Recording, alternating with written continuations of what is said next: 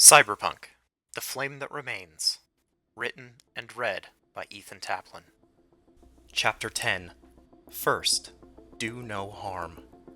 Night City, 2075. Sophie was awakened by the ping of her biomon alerting her that it had finished its diagnostics report. The scrolling readout of her vitals and other biological information was joined by a panel filled with information detailing the status of her cyberware. According to the readout, it was the middle of the night. More importantly, everything was once again in working order. Sophie pushed herself up on her elbows. She was lying in a hospital bed, wearing a gown. Next to her, Liv's red hair bloomed across the sheets. She had pulled a chair right up to Sophie's bedside, and had fallen asleep resting her head by Sophie's knees. She looked so peaceful, wholly unlike the visage of rage Sophie had seen in her cell. Sophie sat up and stroked Liv's hair. The sensation in her fingers was clearer than before. Liv must have taken the liberty of upgrading Sophie's implants while she was making repairs. When Liv opened her eyes, Sophie was just finishing a more detailed inspection of her cyberware. Her X-disks had been replaced, doubling her previous storage space. Her monowire had been repaired. Her cyberdeck internalized in her right arm had been upgraded to the newest model by Volsung System Solutions. Her neuroport had been replaced as well. No trace of the damage Svartalfheim had wrought upon her systems remained. Even the chrome that hadn't needed to be repaired or replaced had been given an expert tune-up. Sorry I couldn't fix everything without putting new implants in. I know you always hated the idea of swapping body parts like that. Liv spoke softly, like she was still asleep. She had dark bags under her eyes, which remained half-lidded. It couldn't be helped, I guess, Sophie shrugged. She looked around the room. It was almost identical to the cell she'd been in before. The main difference was that this room had furniture in it. The bed she lay in, Liv's chair, a small table, and a second chair. There were still no windows, not counting the glass wall that held the door. Sophie took note that this room's door was not only unlocked, but had been left open. Where are we? Sophie asked. Emir, Skandetech doesn't have any official presence in Night City. The nearest office she knew of was in Chicago, too far for her siblings to have taken her before she regained consciousness. Besides, her internal agent had told her that she was only missing a few hours between the ambush in her apartment and waking up in the cell. No, not officially, Liv said, finally pushing herself off the bed and back into her chair. We're still in the city, don't worry. One of Emir's subsidiaries, Volsung System Solutions, has an office here. It's got a safe house for us underneath the campus. VSS? I guess that explains my deck, then. Reminded by the conversation, Sophie quickly checked the data saved on the deck. Liv had copied over the demons and applied fresh layers of ice. Everything was right where it should be. It doesn't explain why you had the rest ready to go, though. It's almost like you knew you'd have to fix me up. Liv sighed. Her shoulders drooped and she looked away from Sophie. Mother was adamant we had to bring you back. We didn't know where you'd gone, so Mother had Eric and Rune working with Prosopon to set traps for you.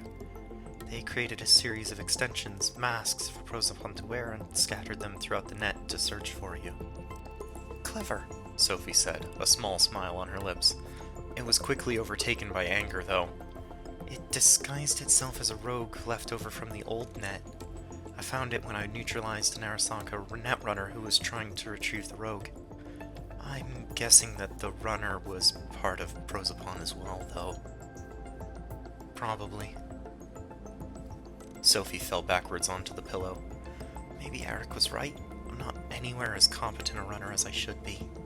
Liv grabbed Sophie's hand, squeezing tight. Eric doesn't know what he's talking about. You outmatched every runner you ever faced with us. I saw your setup back there too. Seems like you still could. Sophie sat back up, smiling a little. She squeezed Liv's hand back.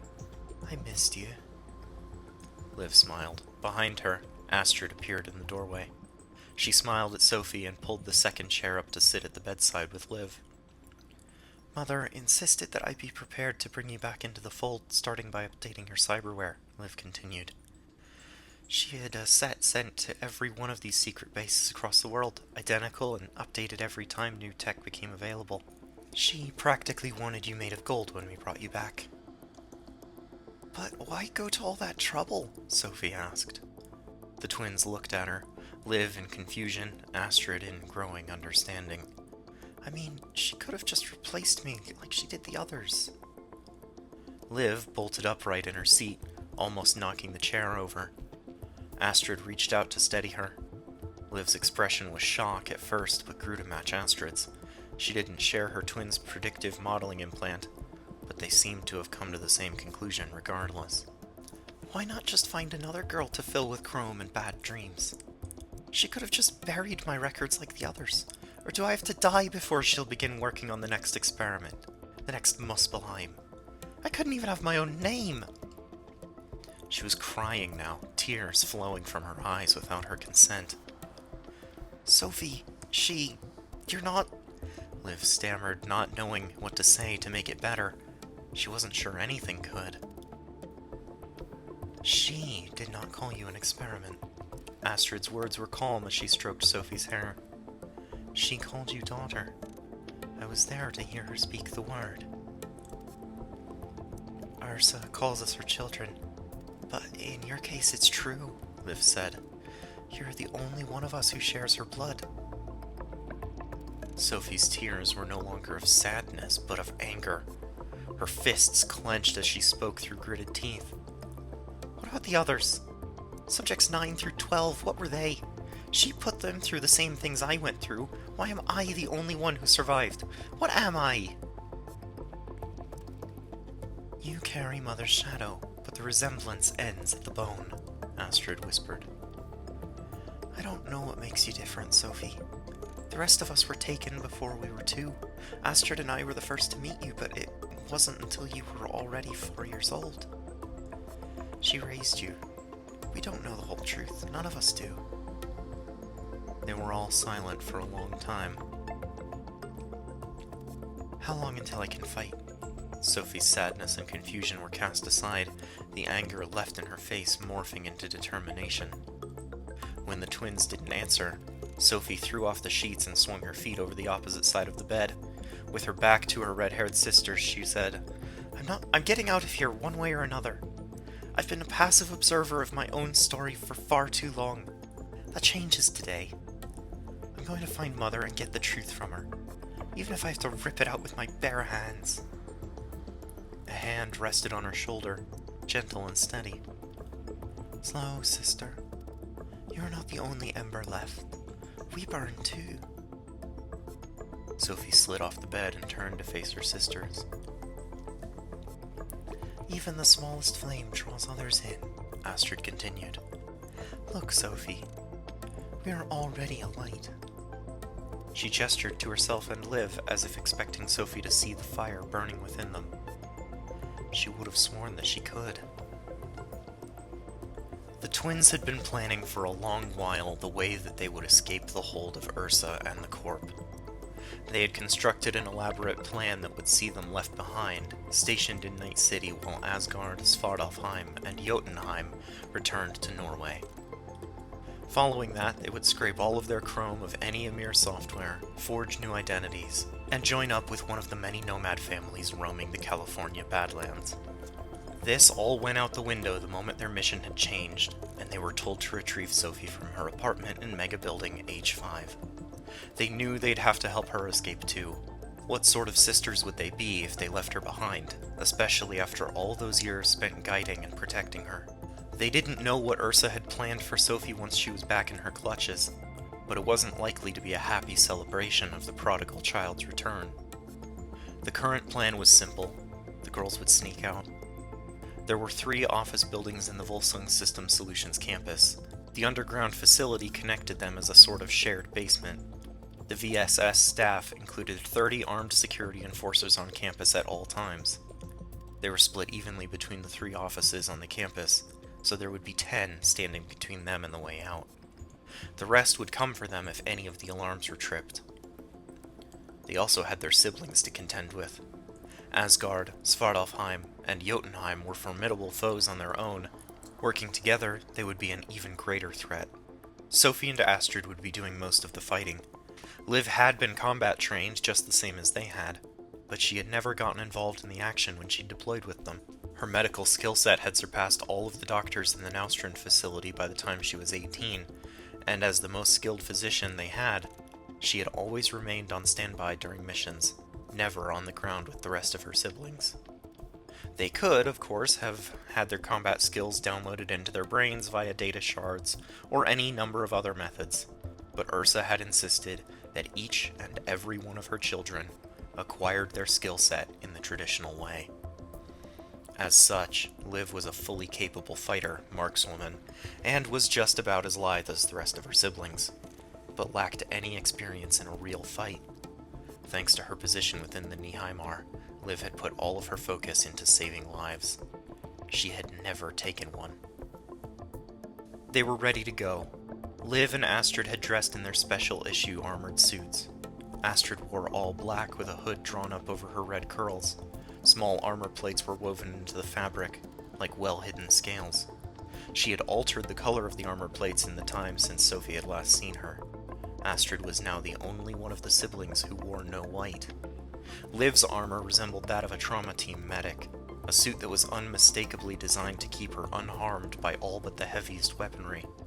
She wore a helmet that featured a series of cameras embedded into the otherwise featureless and completely encompassing armor plates. The feeds fed directly into her mind through her neuroport via the plug behind her ear. Sophie's armored netrunning suit was made of the reactive organic mesh that the Nihaimar had once stolen from the Waldman Corporation in Zurich. It was lightly armored, but more importantly, it was capable of reducing latency between Sophie's brain and her own cyberware, resulting in quicker hacking and faster reflexes.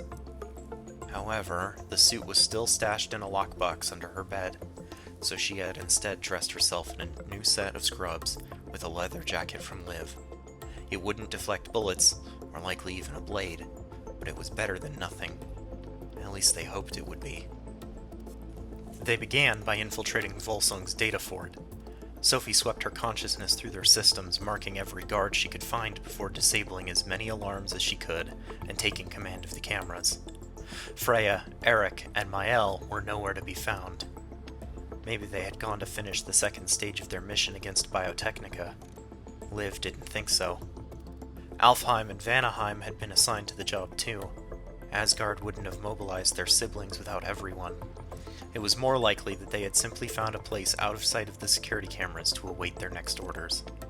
We'll just have to be wary of them then. Sophie opened her eyes as she finished uploading her demons into the data fort. Astrid led the way from Sophie's recovery room to the stairs near the cell with the shattered glass door. She guided them silently, using their internal agents to communicate. Sophie had scrubbed as much of the Emir Scandatech spyware from their systems as she could, prioritizing the communication system to ensure that their siblings couldn't listen in. Astrid went first, Liv second, and Sophie third. Astrid's implant, Heimdall, would allow her to take control of any fight that broke out should they fail to go unnoticed. The guards' locations were still marked and updated in real time thanks to Sophie's command of the cameras. She quickly shifted through each feed as they ascended to the ground floor, but still saw no trace of Asgard or the others. When they reached the top of the stairs, they were met with an armored door, the other side disguised and flush with the wall. The stairwell was hidden to keep out unwanted visitors both from within the company and without. Sophie accessed the door controls through the net and willed it open. The bulky machinery wasn't particularly loud, but every noise made Sophie anxious. She could see that the room on the other side was empty of guards, but she wasn't certain that no one else had heard them. In the end, it didn't matter much. Each entrance to the underground facilities was hidden using the same technique. They would have had to open a door like this no matter which path they took. Sophie took the risk of closing the door behind them, deciding that it would be better in the long run. A guard who found an open secret passage was far more likely to raise the alarm than one who heard a strange noise, but found no source. Sure enough, 2 guards arrived to investigate just as the sisters reached the other side of the room and ducked into a cubicle. The girls held their position and watched the guards look around for a couple of minutes before returning to their regular rounds. When the room was empty again, Astrid led her sisters down a short hallway to the lobby. The lobby was divided neatly in half by a chest-high wall that extended from either side of the reception desk. To the left of the desk were a pair of scanners that employees and guests had to pass through to enter.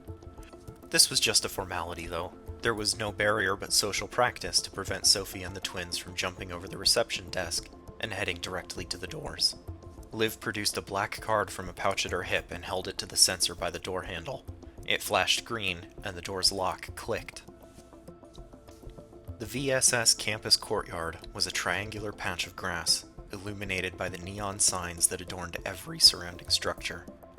The 3 office buildings sat in the center of each edge of the triangle, and a large fountain was set right in the middle of the courtyard.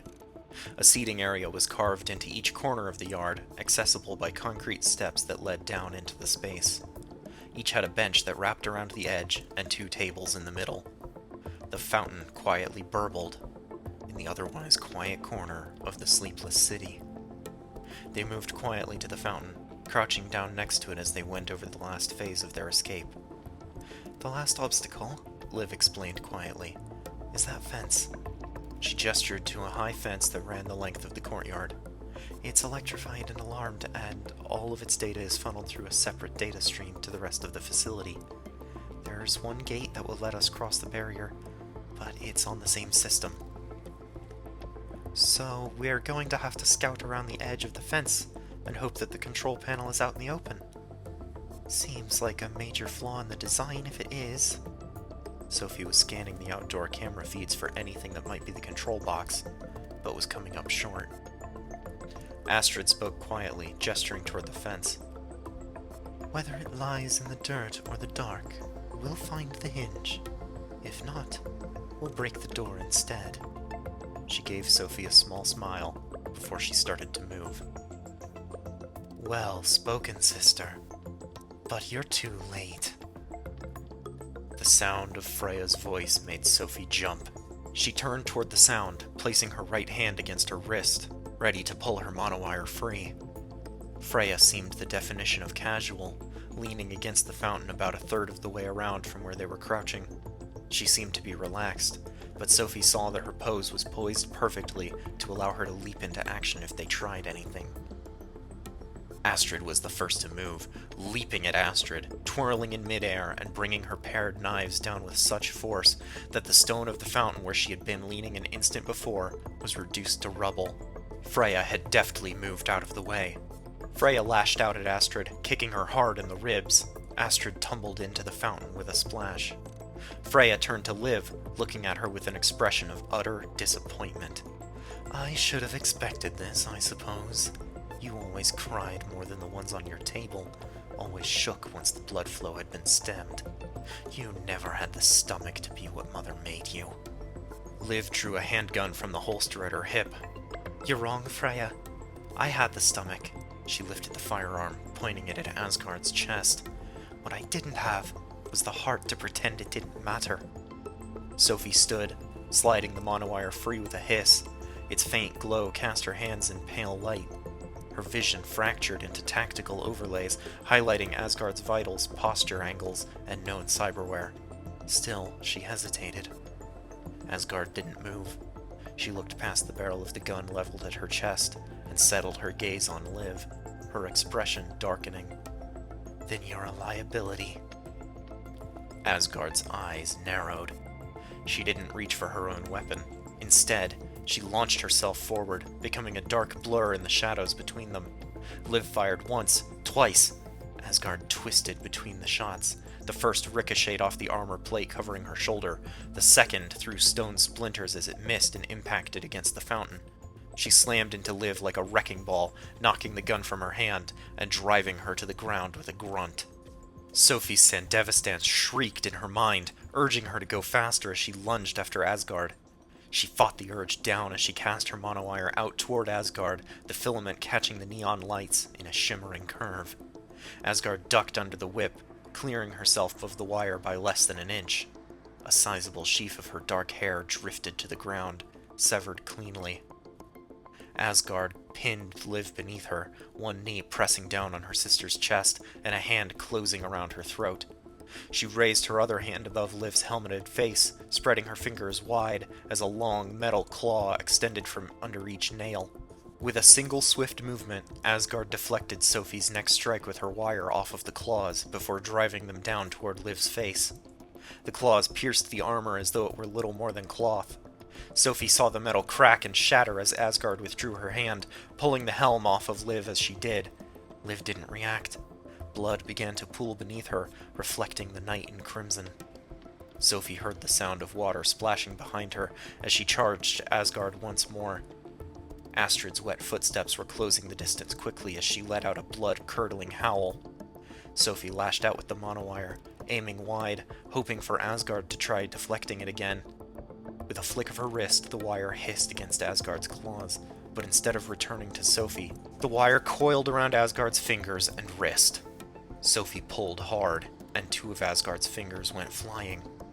She had managed to avoid losing her entire hand, but couldn't avoid Astrid's charge as well. Astrid plunged one of her knives into Asgard's side, sparks flying as the blade punctured and ground against an armored plate. They tumbled to the ground. Sophie ran to join them, but the skirmish had alerted the guards. Sophie dropped to the ground as several shots rang out, rolling sideways a few feet before quickly jumping up again. She launched a quick hack at each of the 3 guards that came into view first, causing sparks to erupt from the ports of their necks as they collapsed. More shots were fired. The Sandevistan screamed louder than ever as she barely avoided acquiring several bullet holes. Again she fought through the sensation. The guards were out in full force now, spilling out of each of the 3 office buildings to surround them. Sophie heard Astrid and Freya trading blows behind her, but couldn't turn to look. Bullets whizzed past her as she sprinted toward the nearest group of guards. She flew at them wildly, the monowire spraying blood as she sliced through the guards without hesitation. She slew 8 of them before she was able to stop and turn back toward the rest of the conflict filling the courtyard. Behind her, Asgard had managed to throw Astrid off of her and rise to her feet. Astrid was dispatching guards with the same ferocity she had tackled Asgard with. Several lay dead around her, and she drove her knife under the chin of another as Sophie ran to rejoin her. Asgard had retreated behind the now dwindling reinforcements and seemed to be bandaging her hand. Before Sophie crossed even half of the courtyard, she was struck hard in the back. Pain erupted in her side, and her biomon informed her that 2 of her ribs were broken. She tried to rise, but was kicked hard on the same side. Her vision went white as pain bloomed anew. "Now where were we, little sister?" Svartalfheim sneered. He grabbed Sophie by the hair before dragging her back in the direction she had just come from. As they approached the corner of the triangular field, he threw her down the stone steps and into the sunken seating area. Sophie crashed into one of the tables, and her biomon alerted her that another rib had just cracked. Sophie rolled painfully onto her back as Svartalfheim sauntered down the stairs. He was obscured by shadow, but she didn't need to see him to know the wicked smile on his lips. He crouched down next to her, stroking her cheek with his hand. "No interruptions this time." He slipped his personal link into the port behind her ear, and she could feel him worming his way through her systems again. Sophie tried to scream, but the breath caught in her chest. Her system spasmed with electrical agony, her visual display erupting in broken code and error signals. Eric's jack-in wasn't surgical. It was a forced entry, jagged and violent. Her limbs seized as her interface was overloaded. Finally, the scream ripped its way through her chest. Eric's voice was like sandpaper as he whispered in her ear. "That's right. Let it out. You sound almost human when you scream." He brushed a strand of hair from her face, like a lover. Sophie trembled, every system flaring red. She couldn't move, her limbs jerking at random, her own body refusing to acknowledge her commands. Eric's signal was ripping through her systems, hijacking her cyberware, forcing access protocols wide open. Her thoughts fragmented. Every thought was echoed by pain. "Look at you," he whispered, his tone mock gentle. Still trying to fight, still clinging to that little spark. Sophie tried to push him away, tried to move at all, but her arms convulsed uselessly. A wave of heat bloomed behind her eyes as Eric dug deeper, carving through layer upon layer of defensive ice. You always had the most elegant code. Clean lines, sharp demons, almost beautiful, really. He paused, running his fingers through her hair. And now I get to see what happens when it finally breaks. Her vision fractured again, reduced to broken strings of light. Sophie whimpered as Eric traced a finger down her sternum. Don't go quiet on me now, he purred. That sound, it's the one thing you ever got right. His fingers slid behind her neck again, tapping at her neuroport. Scream for me again, sister. Let's see what else is still buried in that skull. His code stabbed deeper. She felt it in her spine, threatening to jolt her speedwear to life. Every error message became a scream in her head. She was reduced to pulses, fragments, glitches. He wasn't just overriding her cyberware. He was trying to erase her. Stop, she choked. Blood began to drip from her nose. Eric, please. No. She couldn't feel her fingers. Her legs twitched against the concrete. He was reaching for her core, the part that made her who she was. Memories, the instincts, the identity she'd clawed out for herself. His digital fingers crawled along like a virus. You think you're real? That you have a family? He whispered, hand pressing hard against her sternum.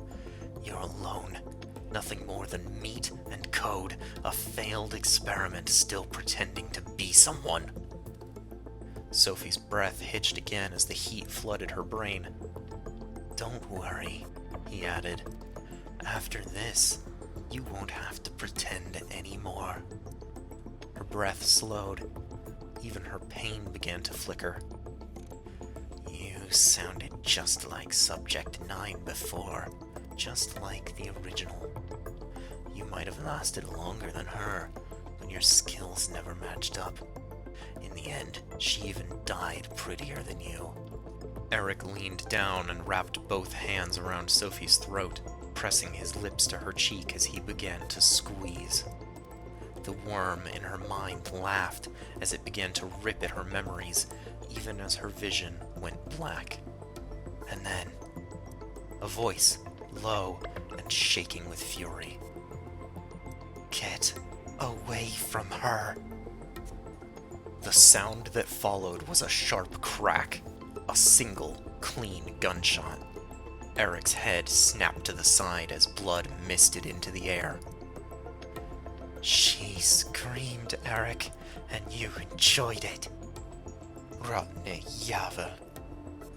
Liv's voice shook as she spoke. She was limping and bloody. Her face was painted red by a wound at her temple, and she was supported by Astrid. She spat blood at Eric's corpse. I hope hell exists. You deserve it. Sophie coughed and rolled onto her side. She reached a hand to the back of her head and jerked out the now dead cable that had linked her and Eric. The moment it disconnected, the worm he'd injected, now only a ghost, shattered. The bits of her mind it had torn at could be repaired with time. Liv knelt next to Sophie, helped by her twin. Her eyes were dark and hateful, but as she looked down at Sophie, the hate drained away, replaced with love. She gently stroked Sophie's hair. It's over now. Everything's going to be okay. Sophie smiled softly. She wasn't alone. Not anymore.